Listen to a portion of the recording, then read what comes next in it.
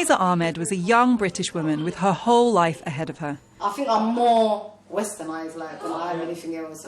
Just a few months after this video was filmed, she took her own life. Her death, a unique tragedy, but the cause, a familiar pattern of interagency failings. My sister ran to her neighbour to tell her that she'd been raped by someone that she knew. The neighbour rang the police. The police turned up. They sent 4 officers. Their questions were inappropriate at times. They were asked in public in front of other neighbours, and it really started the ball rolling for the next 24 hours, which just led to mistake after mistake. Faiza was already vulnerable with a history of depression. The day after she reported having been raped, she went to the job centre to sign on. And at the job centre, she's told them that she's been trying to kill herself all week. The job centre have let her just leave. They've not notified anyone or any agency or any family member. When she's returned home, she's in her state that she's in, rang the London ambulance service to tell them that she'd been cutting her wrists and she's trying to kill herself.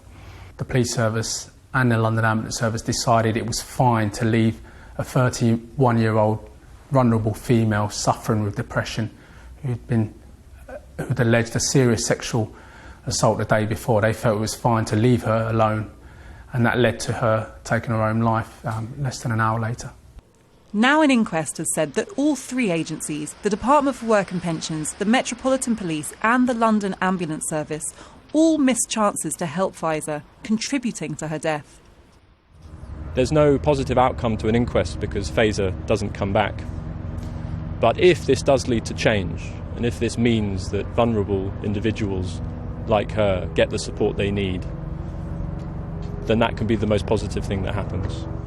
Originally from Somalia, Faiza had fully integrated into British society. It's a bit like London. People are all different. Everyone dresses different. Everyone talks different. If we were all the same, it would be really boring. And it would be like variety is it's colourful. It's beautiful. It's a nice thing.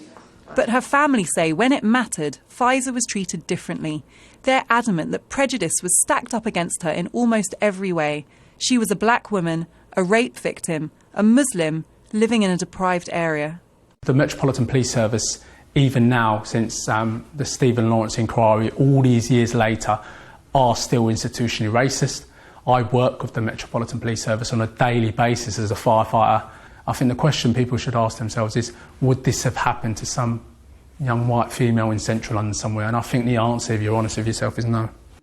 The jury did not reach any findings on institutional racism, and the police declined to comment. But all those who missed chances to help Faiza will now be asked to report back on how they can prevent a similar tragedy from happening again. Afua Hirsch, Sky News.